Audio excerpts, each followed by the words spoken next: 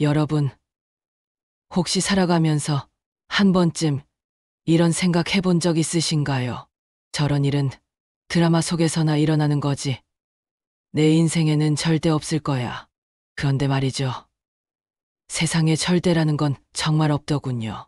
제가 직접 겪은 일은 정말 귀를 막고 싶고 눈을 감고 싶을 만큼 충격적이었고 동시에 믿기 힘들 만큼 드라마 같은 이야기였습니다. 지금부터 제가 겪었던 기가 막히고도 기가 막힌 그러나 현실 그 자체였던 이야기를 들려드리겠습니다. 저는 40살이 넘은 지금 사랑스러운 새쌍둥이를 키우며 하루하루 정신없이 살아가고 있습니다. 아무도 상상하지 못했겠지만, 그리고 저조차도 전혀 예측하지 못했지만 제 인생은 어느 날 갑자기 송두리째 흔들려 버렸습니다. 그 시작은 바로 전 남편 때문이었죠. 저는 부모님의 외동딸로 태어났습니다. 겉으로 보기엔 참 부러운 조건이었을 거예요. 혼자라서 좋겠다. 부모님 사랑 다 받아서 행복하겠다. 많은 사람들이 그렇게들 말했지만 사실 제 마음속엔 늘 알 수 없는 허전함이 있었습니다. 다른 친구들은 늘 오빠나 언니 혹은 동생과 함께 떠들썩하게 지냈는데 저는 혼자 집에 돌아와 인형놀이를 하거나 텔레비전 앞에 앉아 시간을 보낼 때가 많았거든요. 부모님의 사랑이 부족했던 건 아니었지만 형제 자매와 나누는 온기라는 건 아무리 부모님이 잘해주셔도 대체할 수 없는 부분이었죠. 그래서 어릴 적부터 제 마음속엔 하나의 소망이 자리 잡고 있었습니다. 언젠가 내가 어른이 되어 가정을 꾸리게 된다면 아이는 꼭 많이 낳아야지.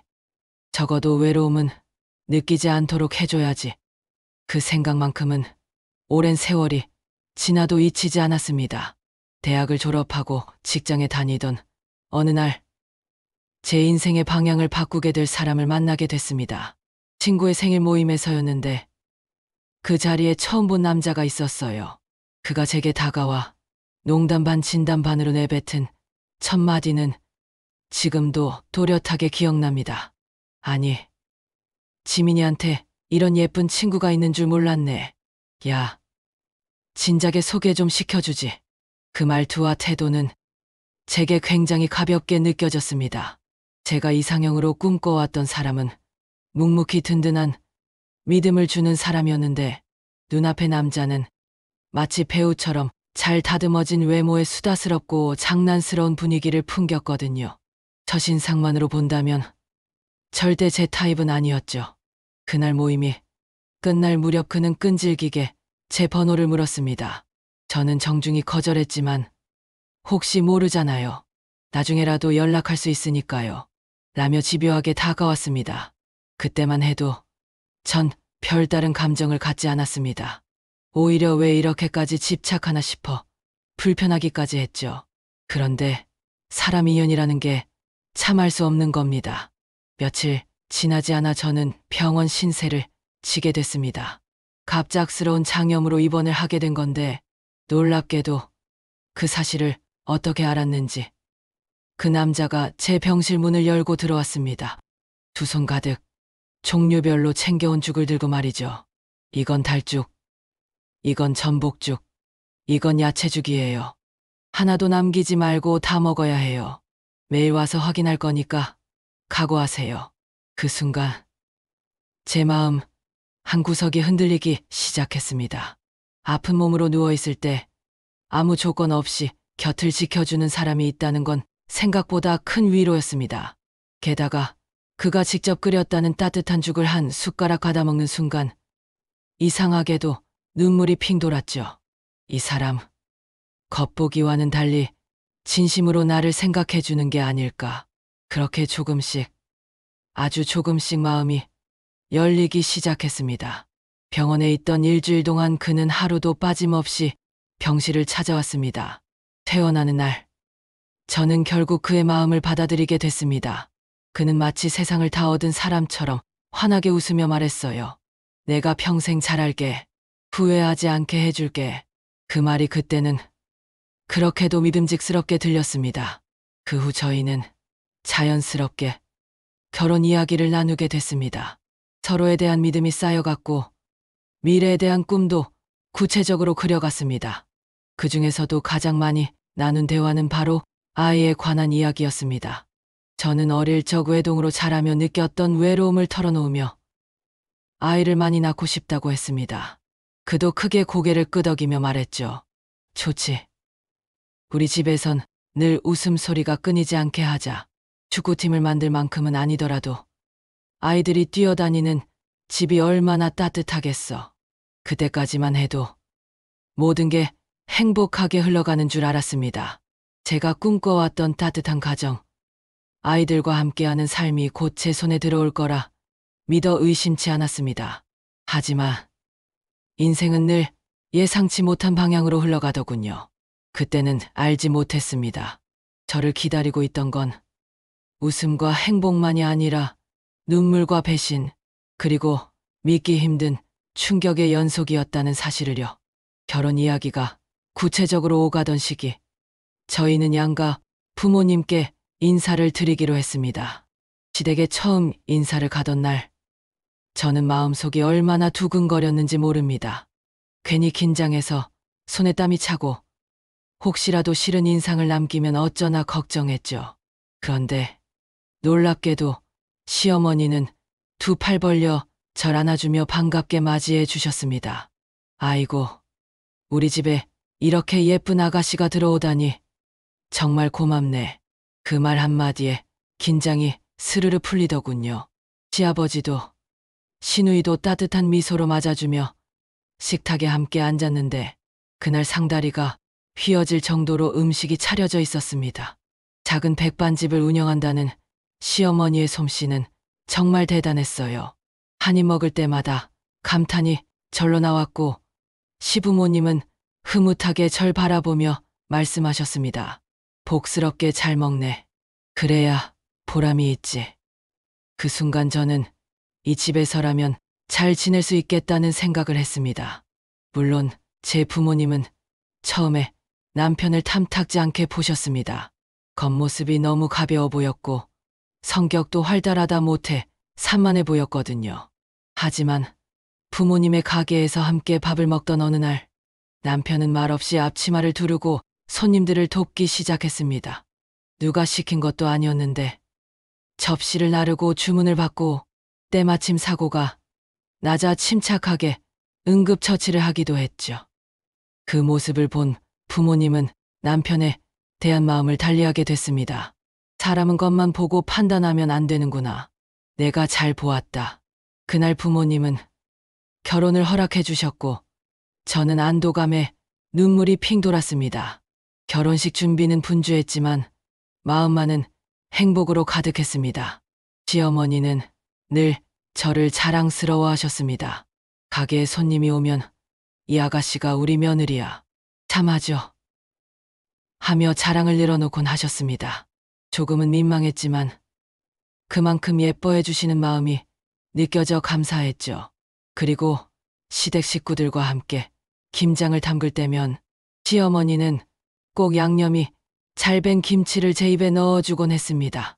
새 식구가 들어와서 그런가 김치가 더 맛있네. 그럴 때면 웃음이 터져 나오곤 했습니다. 고부 갈등이라는 게 텔레비전에서 늘 나오지만 제게는 전혀 해당되지 않는 일이라 생각했어요. 시댁은 따뜻했고 남편은 제 부모님께 사위로서 최선을 다했습니다. 저는 그 모든 게 너무나도 감사했습니다. 결혼 후 1년이 지나도록 아이 소식이 없을 때는 조금 조급한 마음도 들었습니다. 저는 하루라도 젊을 때 아이를 낳고 싶었거든요. 남편은 괜찮아. 우리 아직 전자나 천천히 기다리자. 며 절 위로했습니다. 그러던 어느 날 드디어 기적 같은 소식이 찾아왔습니다. 임신이라는 말을 듣는 순간 저와 남편은 서로를 꼭 끌어안고 울었습니다. 그때만 해도 앞으로 펼쳐질 일이 이런 파국으로 이어질 줄은 꿈에도 몰랐습니다. 행복한 시간은 오래 가지 않았습니다. 임신 초기에 작은 출혈이 생겨 병원에 갔는데 의사는 믿기 힘든 말을 전했습니다. 아쉽지만 아기의 심장이 뛰지 않습니다. 계류 유산이었죠. 그 말이 떨어지는 순간 세상이 무너져 내린 듯 했습니다. 품에 안아보지도 못한 채 떠나보낸 첫 아이. 그 슬픔은 이루 말할 수 없었습니다. 그때 시어머니가 집으로 찾아와 미역국을 끓여주며 말했습니다. 유산도 출산이랑 똑같다고 하잖니. 몸 잘 챙겨야 해. 그 따뜻한 미역국은 제게 큰 위로가 됐습니다. 눈물로 국을 삼키면서도 그 마음만은 고스란히 전해졌습니다. 하지만 첫 아이를 떠나보낸 뒤 우리 부부 사이엔 보이지 않는 균열이 생기기 시작했습니다. 남편은 점점 늦게 들어왔고 예전 같던 다정함도 사라졌습니다. 저는 그저 시간이 지나면 괜찮아질 거라 믿으려 했습니다. 그러나 그 믿음은 차갑게 무너져 내릴 날만을 기다리고 있었던 겁니다. 첫 아이를 잃고 난 후 우리 부부는 이전과는 조금 달라져 있었습니다. 그때만 해도 저는 단순히 시간이 필요하다고 생각했어요. 하지만 시간이 지나도 남편은 점점 더 멀어져만 갔습니다. 예전에는 늘 퇴근하면 곧장 집으로 돌아와 제 옆에 앉아 이런저런 얘기를 하던 사람이었습니다. 그런데 어느 순간부터 그는 이유 없이 늦게 들어오기 시작했습니다. 오늘은 회식이 있었어. 갑자기 일이 많아져서 늦었어. 그런 말로 얼버무리곤 했죠. 저는 혹시나 직장에서 무슨 일이 있는 건 아닌지 혼자서 속을 끓이며 눈치를 보았습니다. 결정적인 사건은 남편의 생일날 벌어졌습니다. 저는 며칠 전부터 남편이 좋아하는 음식을 준비하기 위해 장을 보고 케이크를 예약했습니다. 스테이크에 파스타, 선물로 받은 와인까지 꺼내놓고 식탁 위를 정성껏 꾸몄습니다. 남편이 집에 돌아오면 함께 웃으며 촛불을 끄고 오랜만에 따뜻한 시간을 보내고 싶었거든요. 하지만 약속한 시간이 지나도 그는 오지 않았습니다. 전화도 받지 않았습니다. 한참을 기다린 끝에 새벽 1시가 되어서야 비틀거리며 집에 들어왔습니다. 쇠 취해 얼굴은 벌겋게 달아올라 있었고 저를 보자마자 한숨을 내쉬었습니다. 아, 깜빡했네. 오늘 회식 있는 거 말 안 했구나. 그가 힐끗 식탁 위를 보더니 퉁명스럽게 내뱉었습니다. 케이크 초도 다 녹았네. 스테이크도 다 식었잖아. 그냥 버려. 그 말을 듣는 순간 제 가슴은 철렁 내려앉았습니다. 정성껏 준비한 음식들이 한순간에 무의미한 쓰레기로 전락한 기분이었어요. 저는 억울함과 분노의 목소리를 높였습니다. 나 하루 종일 당신 생일 챙기려고 준비했어. 그런데 한마디 말도 없이 회식이라고 전화라도 해줬으면 이렇게 속상하진 않았을 거 아냐. 그는 짜증 섞인 얼굴로 대꾸했습니다. 아, 미안하다니까. 사람이 살다 보면 깜빡할 수도 있는 거지. 왜 이렇게 예민하게 굴어. 머리 아프다. 나 씻고 잘래. 그 말을 끝으로 남편은 방으로 들어가 버렸습니다. 저는 식탁 앞에 홀로 앉아 차갑게 식어버린 음식을 바라보다가 결국 눈물이 터져버렸습니다. 그날 밤 저는 처음으로 이 결혼이 과연 맞는 걸까라는 생각을 하게 됐습니다. 그 후로 남편은 더 이상 변명조차 하지 않았습니다. 말없이 늦게 들어왔고 함께 자는 날보다 서재에서 혼자 자는 날이 많아졌습니다. 제가 다가가 말을 걸어도 대답은 짧거나 시큰둥했습니다. 시댁도 이상하게 변했습니다. 예전에는 환하게 웃으며 절 맞이하던 시어머니가 어느 날 제가 불쑥 가게를 찾아갔을 때 인상을 확 찌푸리며 말했습니다. 아니, 올 거면 미리 연락이라도 하고 와야지. 무슨 어린애도 아니고 불쑥불쑥 찾아와. 오늘 단체 손님 예약했으니까 밥은 다른 데 가서 먹어. 저는 순간 얼어붙었습니다. 예전 같으면 잘 왔다. 밥 먹고 가라 하셨을 분인데 어째서 이렇게까지 달라지신 건지 알 수 없었습니다. 이상한 기류가 흐르던 어느 날 남편은 느닷없이 제 앞에 서류 한 장을 내밀었습니다. 이혼 신청서였습니다. 눈앞에 펼쳐진 글자를 보는 순간 숨이 턱 막히는 것 같았습니다. 이게 뭐야? 농담이지? 제 목소리는 떨렸습니다. 그는 태연한 표정으로 대답했습니다. 농담 아니야. 내 이름은 이미 썼고 도장도 찍었어. 내 것만 쓰면 돼. 대체 왜? 어디 아픈 거야? 혹시 시한부 같은 거 받은 거야? 저는 진심으로 걱정하며 물었지만 그는 코웃음을 쳤습니다. 아픈 데 하나도 없어. 그냥 이혼하고 싶어졌어. 솔직히 이제 마음이 식었어. 아이도 없잖아. 계속 이렇게 사는 게 무슨 의미가 있겠어. 그 말을 듣는 순간 제 안에서 무언가 와르르 무너져 내렸습니다. 처음엔 믿을 수가 없었습니다. 제가 뭘 잘못했는지, 왜 이렇게까지 된 건지 이유라도 알고 싶었지만 그는 단호했습니다. 질질 끌지 말고 깔끔하게 정리하자. 내가 도장만 찍어주면 끝이야. 저는 숨이 막혀 결국 시어머니에게 전화를 걸었습니다. 혹시 무슨 사정이 있나 싶었거든요. 어머니, 사람이 갑자기 이혼하자고 하는데 혹시 무슨 이유 아세요? 그러자 시어머니의 대답은 차가웠습니다. 마음이 떠났으면 이혼하는 거지. 뭐가 문제니? 내가 붙잡는다고 되는 것도 아니야. 그 순간 저는 깨달았습니다. 이 싸움은 이상 의미가 없다는 걸. 마음을 떠난 사람을 붙잡는 건 제 자존심마저 무너뜨리는 일이었습니다.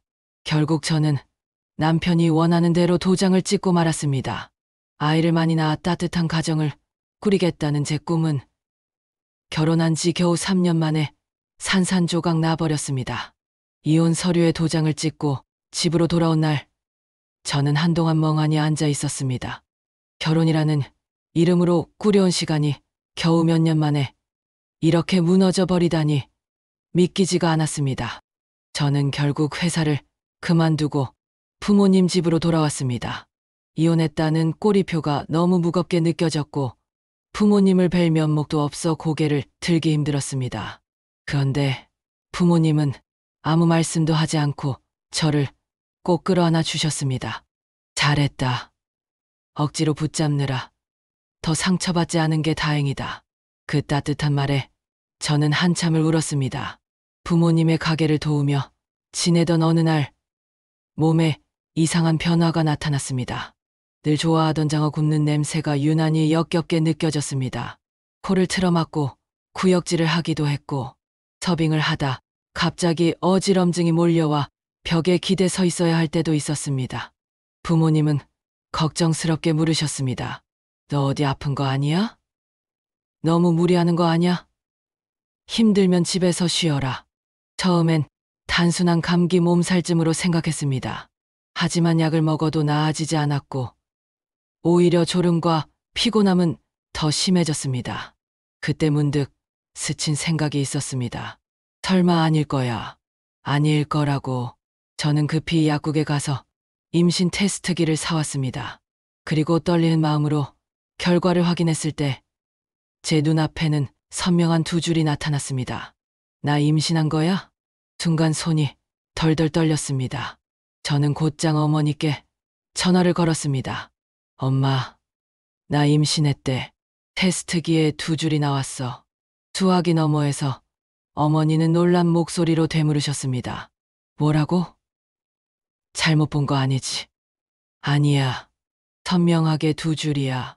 아이고, 이 일을 어쩌면 좋니? 저는 결국 전 남편에게 전화를 걸었습니다. 하지만 그는 끝내 전화를 받지 않았습니다. 문자를 보내도 다시 전화를 걸어도 묵묵부답이었습니다. 도저히 참을 수 없어 시댁으로 직접 찾아갔습니다. 현관문을 열고 나온 시어머니에게 저는 임신 테스트기를 내밀며 말했습니다. 저 임신했어요. 아이가 생겼어요. 그러자 시어머니의 얼굴은 싸늘하게 굳었습니다. 너 그렇게 안 봤는데 참 뻔뻔하구나. 이혼하고 나서 갑자기 임신이라니. 어디서 거짓말을 하고 다니니? 그게 우리 아들 애라는 증거라도 있니? 그 말은 제 가슴을 깊이 파고들었습니다. 어머니, 제가 다른 사람 아이를 가져놓고 돈 뜯어내려고 온 줄 아세요? 하지만 시어머니는 단호했습니다. 설사 우리 아들 자식이라고 해도 갈라선 사이인데 무슨 소용이냐. 우리 아들 인생 망칠 생각 말고 당장 돌아가라. 그리고는 문을 쾅 닫아버렸습니다. 얼마 지나지 않아 전 남편에게서 연락이 왔습니다. 그의 입에서 나온 말은 더 충격적이었습니다. 너 돈 필요하냐? 300, 500, 원하는 금액 말해. 불러주는 대로 줄게. 대신 다시는 그런 말 꺼내지 마. 뭐라고? 지금 뱃속에 당신 아이가 있는데 그걸 돈으로 거래하겠다고? 그래. 애 가지고 장난치지 마. 내가 진짜 그런 인간일 줄은 몰랐다.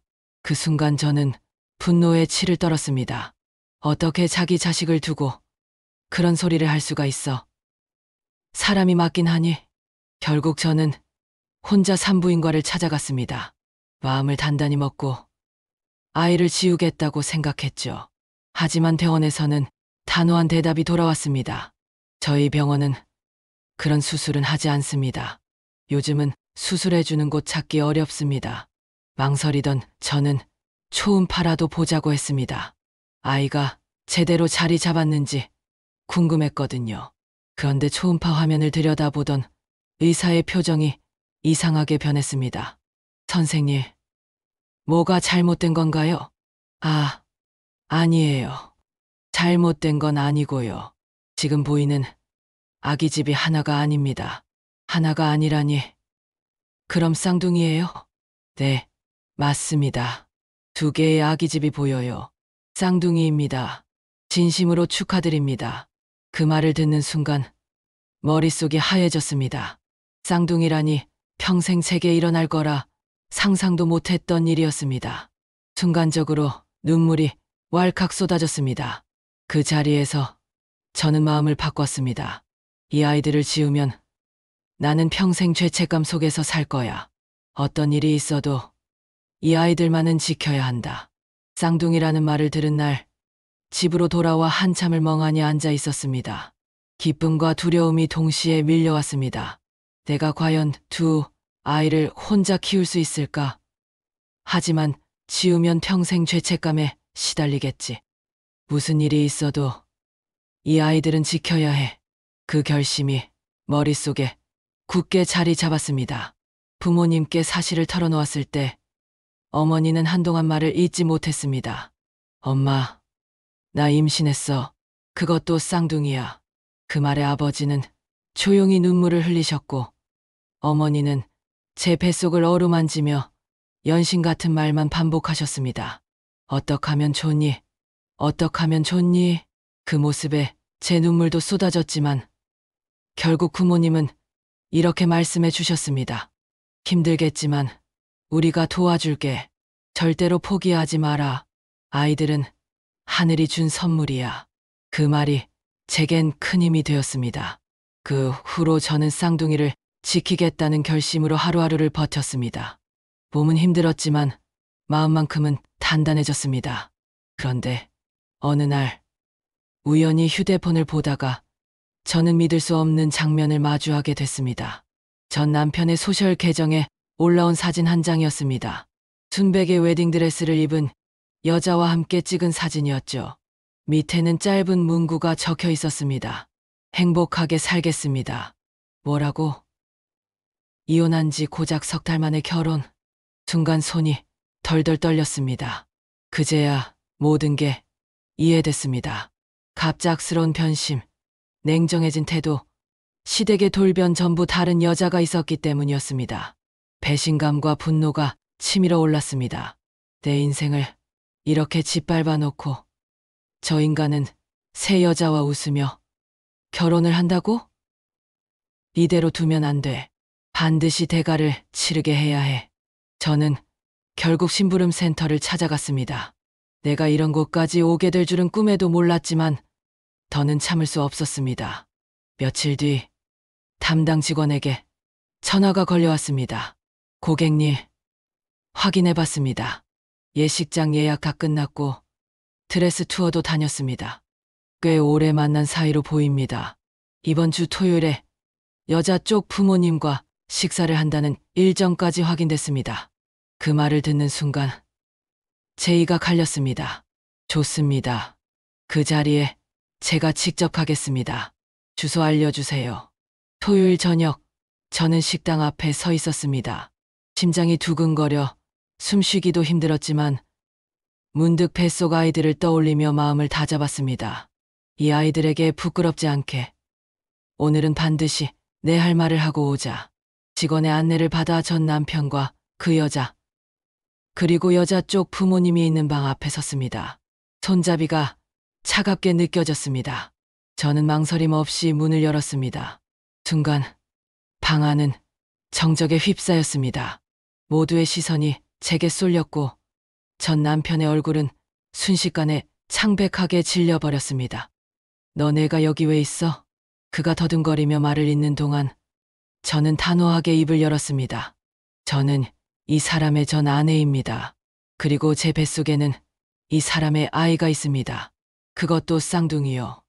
여자 쪽 부모님의 표정은 순식간에 얼어붙었습니다. 자네, 이게 무슨 소린가? 우리에겐 혼자라고 하지 않았나? 전 남편은 허둥대며 손사래를 쳤습니다. 아니에요. 혼인신고만 했지. 사실상 아무것도 없었어요. 아이도 없고요. 진짜예요. 저는 가방에서 초음파 사진을 꺼내 식탁 위에 올려놨습니다. 여기 보세요. 두 아이가 뱃속에서 자라고 있습니다. 이게 명백한 증거예요. 여자 쪽은 더 이상 말이 없었습니다. 잠시 사진을 바라보다가 결국 자리에서 벌떡 일어나 나가버렸습니다. 전 남편은 얼굴이 벌겋게 달아올라 절 노려보며 이를 갈았습니다. 내가 지금 무슨 짓을 한 건지 알아? 내 인생을 망치고 싶어서 작정했지. 저는 조용히 웃으며 대꾸했습니다. 망가진 건 내 인생만이 아니야. 내가 내게 했던 그대로 돌려받는 것뿐이야. 그날 밤 집으로 돌아오는 길에 제 발걸음은 이상하리만큼 가벼웠습니다. 이게 끝은 아니었습니다. 며칠 뒤 뜻밖에도 전 남편의 약혼녀였던 여자에게서 연락이 왔습니다. 상미 씨, 저 주희예요. 혹시 따로 만날 수 있을까요? 잠시 망설였지만 결국 약속을 잡았습니다. 그리고 마주 앉은 자리에서 주희 씨는 눈물이 가득 고인 채 제 앞에 무릎을 꿇었습니다. 정말 죄송합니다. 저도 피해자예요. 그 사람이 그런 인간일 줄 몰랐어요. 상미 씨, 우리 같이 복수해요. 저 인간 그냥 두면 안 되잖아요. 그 순간 제 안에서 묘한 전율이 일었습니다. 혼자가 아니라는 사실, 그리고 똑같이 상처받은 또 다른 피해자가 있다는 게 오히려 힘이 됐습니다. 저는 조용히 고개를 끄덕이며 손을 내밀었습니다. 좋아요. 같이 해요. 우리 저 인간을 바다 끝까지 끌어내립시다. 그렇게 두 여자의 복수극이 막을 올리게 되었습니다. 주희 씨와 함께 복수를 다짐한 그날, 저는 오랜만에 가슴속 깊이 불이 켜진 것 같았습니다. 혼자였다면 두려움에 주저앉았을지도 모릅니다. 하지만 저처럼 상처받은 또 다른 피해자가 제 옆에 있다는 사실이 제게 용기를 줬습니다.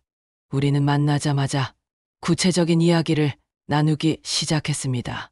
상미 씨, 그 사람한테는 돈이 가장 아픈 약점일 거예요. 양육비와 위자료. 우리가 받을 수 있는 건 최대한 다 받아내야죠. 주희 씨의 눈빛은 결연했습니다. 저도 고개를 끄덕였습니다. 맞아요. 그 사람. 아이 얘기를 돈으로 치부했잖아요. 이번엔 우리가 돈으로 갚아주자고요. 저는 바로 변호사를 찾아갔습니다. 솔직히 마음 같아선 위자료 억 단위에 양육비도 넉넉히 받아내고 싶었습니다. 하지만 변호사의 말은 현실적이었습니다.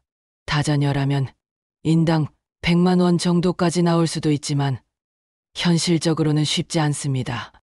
위자료는 억 원 선, 양육비는 아이 한 명당 70만 원 정도에서 합해 보는 게 적당할 겁니다. 아쉬운 마음도 있었지만 저는 고개를 끄덕였습니다. 좋습니다. 그 정도면 충분해요. 아이들을 위해서라도 확실히 받아내겠습니다. 며칠 뒤 전 남편이 결국 제 앞에 나타났습니다. 얼굴은 전보다 홀쭉해져 있었고 초조한 기색이 역력했습니다. 그는 다짜고짜 본론을 꺼냈습니다. 얼마면 돼? 위자료, 양육비 내가 원하는 거 다 줄게. 빨리 끝내자. 저는 마음속으로 피식 웃었습니다. 불과 얼마 전까지만 해도 아이를 돈에 비유하며 조롱하던 그가 이제는 스스로 돈을 꺼내들다니. 하지만 겉으로는 차분하게 대답했습니다. 좋아요. 위자료 1억, 양육비는 아이 둘이니까 달마다 140만 원. 합쳐서 매달 140만 원을 내세요. 그는 잠시 망설이다가 고개를 끄덕였습니다. 알았어.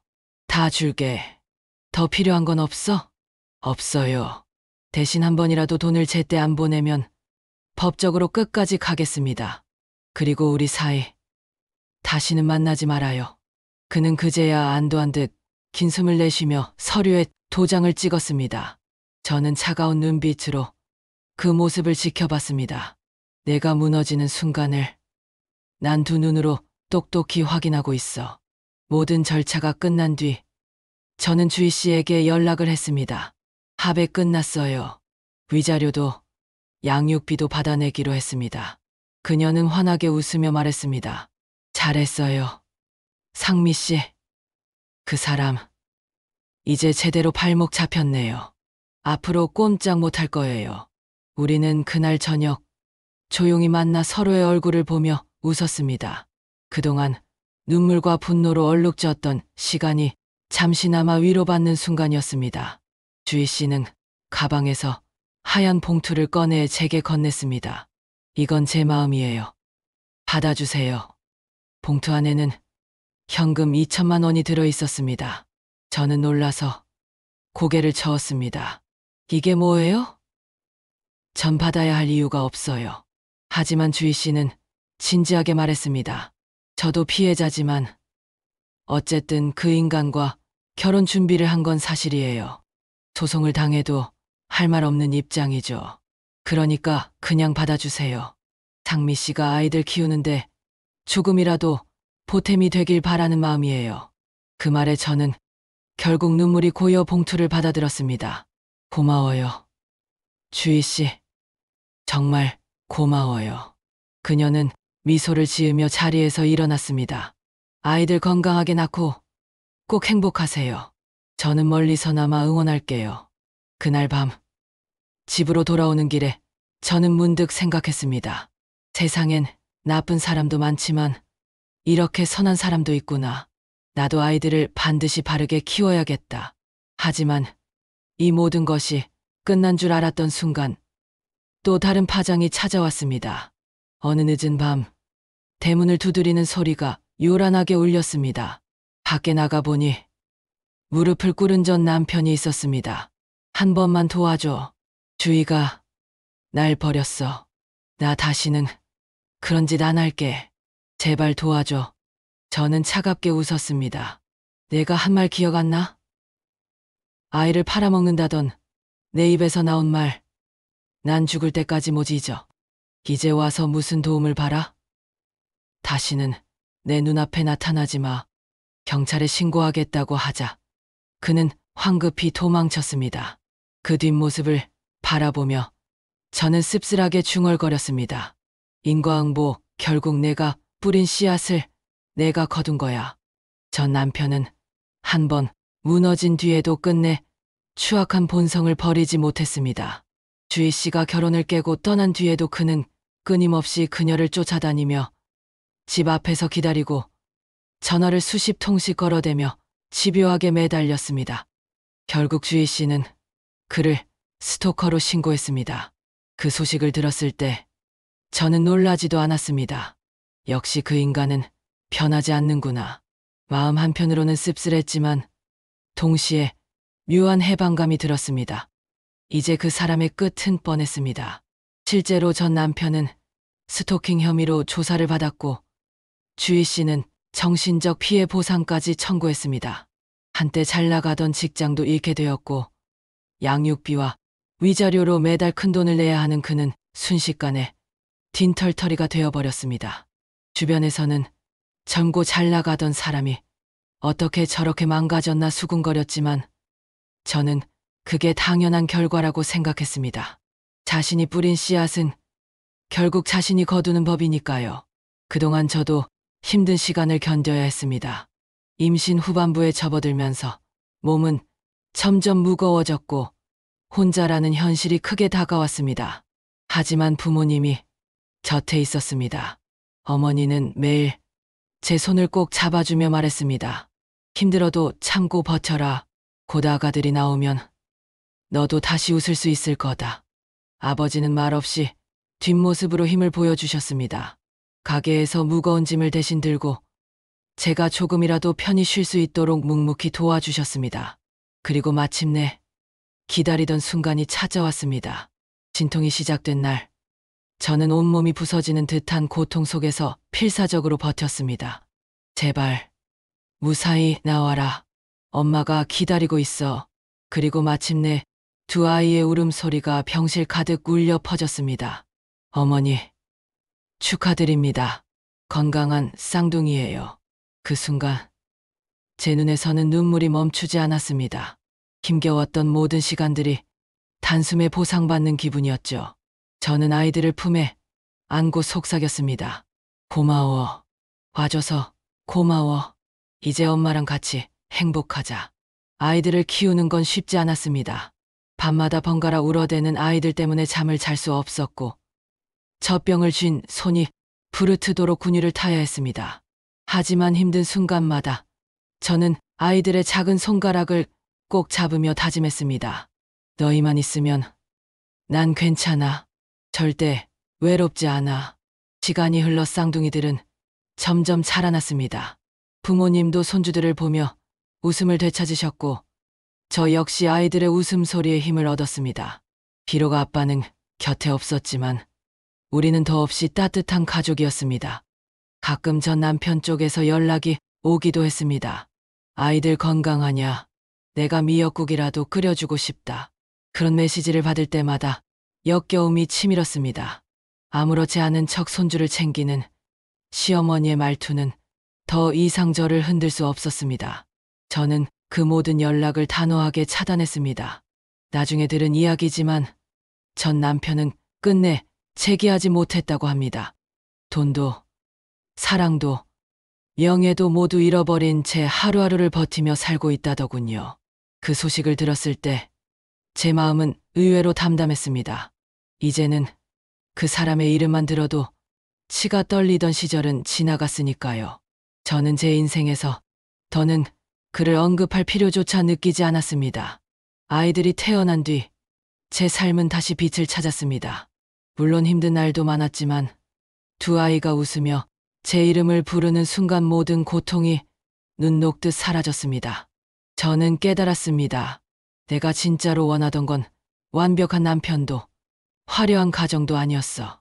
결국 내 곁에 남아 나를 웃게 해주는 건 아이들이었구나. 이제 저는 쌍둥이 엄마로서 당당하게 살아가고 있습니다. 사람들은 저를 두고 힘들겠다. 어떻게 혼자 다 키우냐 말하기도 하지만 저는 흔들리지 않습니다. 제가 두 아이와 함께 걷는 이 길은 어떤 삶보다 값지고 소중하니까요. 이야기를 마무리하며 저는 한 가지를 꼭 전하고 싶습니다. 세상에는 언제나 인과응보라는 말이 존재합니다. 나쁜 짓을 하면 언젠가는 반드시 그 대가를 치르게 됩니다. 그리고 그 과정에서 상처받은 사람은 결국 더 강해집니다. 저 역시 그랬습니다. 배신과 눈물로 얼룩진 시간을 지나 지금은 아이들과 함께 웃으며 살아가고 있습니다. 제 이야기를 들으신 분들도 어떤 시련이 찾아와도 절대 무너지지 말고 끝내 자신만의 행복을 찾아가시길 바랍니다. 저와 제 아이들처럼 말이죠.